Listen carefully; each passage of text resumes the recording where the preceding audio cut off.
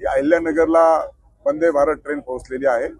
निश्चितच या वंदे भारत ट्रेनचा मोठ्या प्रमाणामध्ये फायदा हा अहिल्यानगरच्या प्रवासी आणि जनतेला होणार आहे आणि विशेषतः अहिल्यानगर ते पुणे हे अंतर कापताना केवळ 2 तासाच्या आसपास अंतरामध्ये पुणे रेल्वे स्टेशनला अहिल्यानगरहून आपल्याला जाता येणार आहे। त्यामुळे मोठा ट्रॅफिकला आपल्याला जे सामोरं जावं लागतं ते जाण्याची आवश्यकता नाही आणि अतिशय वेळ ही योग्य आहे आणि म्हणून देशाचे आदरणीय पंतप्रधान यांनी हा जो वंदे भारतचा रेल्वेचा जो उपक्रम आणला, पथदर्शी उपक्रम आणला, तो आंतरराष्ट्रीय दर्जाच्या रेल्वेच्या तुलनात्मक दृष्ट्या अतिशय उच्च दर्जाचे आहे। हायस्पीड रेल्वे आहे, त्याचबरोबर सर्व सुविधांयुक्त रेल्वे आहे।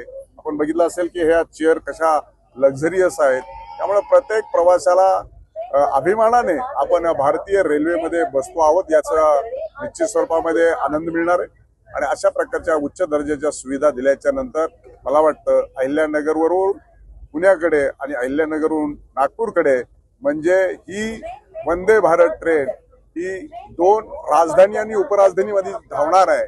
सांस्कृतिक राजधानी ते राज्याची उपराजधानी असा हा वंदे भारत ट्रेनचा प्रवास असणार आहे। वंदे भारत ही ट्रेन सुरू झालेली ती नागपूर ते अहिल्यानगर, अहिल्यानगर ते पुणे असा 881 किलोमीटर आणि त्यामध्ये 12 स्टॉप म्हणजे नागपूर ते पुणे धरलं तर 12 ठिकाणी ती गाडी थांबणार आहे। त्यामध्ये या गाडीमध्ये एक विशेष म्हणजे शेगाव तीर्थक्षेत्र त्या ठिकाणी सुद्धा ती गाडी थांबणार आहे।